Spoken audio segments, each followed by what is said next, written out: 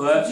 Bonjour, voilà. Alors je suis là pour te donner ton cours sur la cravate combinée avec le papillon. Donc pour cela on va débuter. Donc regarde, voilà la cravate. Je l'ai là la cravate. Donc ici de mon côté droit, j'ai la partie la plus grosse. Et puis de mon côté gauche, j'ai la partie la plus petite. Alors qu'est-ce qui se passe? Tu fais passer la cravate de ce que tu es, beaucoup plus de comment ça s'appelle ça? Beaucoup plus de parties du côté le plus gros. Voilà. Et après tu fais ce qu'on appelle un demi-rang.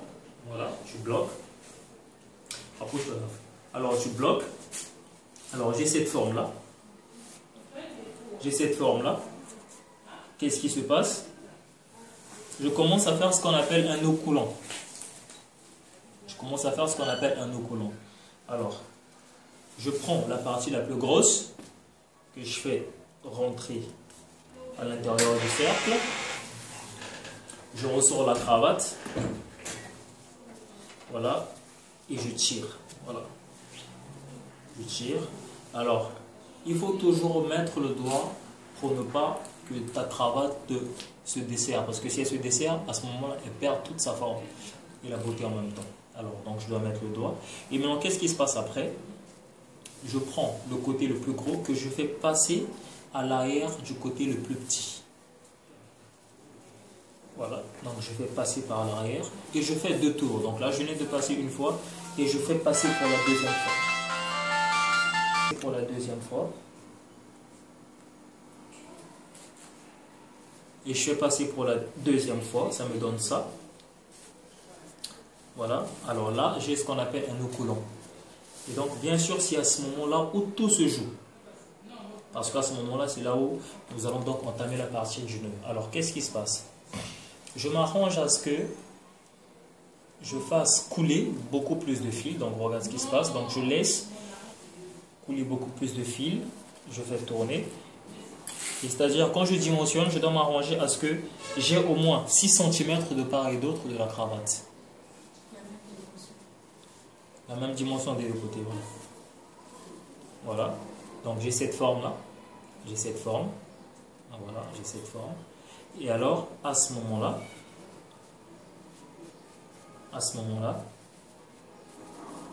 voilà. À ce moment-là, je passe à travers, mais en dessous, n'est-ce pas, du fil qu'on venait de laisser. Alors, je fais passer en dessous. Voilà.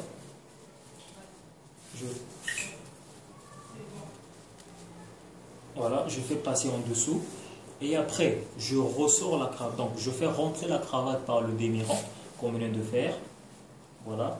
Je passe maintenant en dessus du fil qu'on a laissé tout à l'heure. Et après, je tire. Et après, je tire avant de donner la forme. Après, je tire. Je tire. Voilà. Et à ce niveau-là maintenant, on peut se permettre, n'est-ce pas, de rendre agréable notre cravate. Alors à ce niveau-là, déjà à ce niveau-là, on a la possibilité, si les parties de part et d'autre sont trop élargies, on a la possibilité de les rendre encore plus courtes, n'est-ce pas, juste en tirant le fil de l'arrière. Donc voilà ce que ça nous donne. Et à ce niveau-là, si tu veux que ça soit un nœud professionnel ou encore un nœud d'ondisme, à ce niveau-là, tu peux juste mettre un stylo à ce niveau pour te donner le creux. Voilà ce qui se passe. Et maintenant, on va essayer d'équilibrer les deux côtés. Voilà. On va équilibrer les deux côtés. Et puis voilà, on va tirer. Voilà. Et ça nous donne ça. Voilà. Un nœud combiné d'un nœud papillon. Et voilà. Et puis la cravate, elle est signée Zara. Juste une astuce avec les manques. Et voilà ce que ça donne.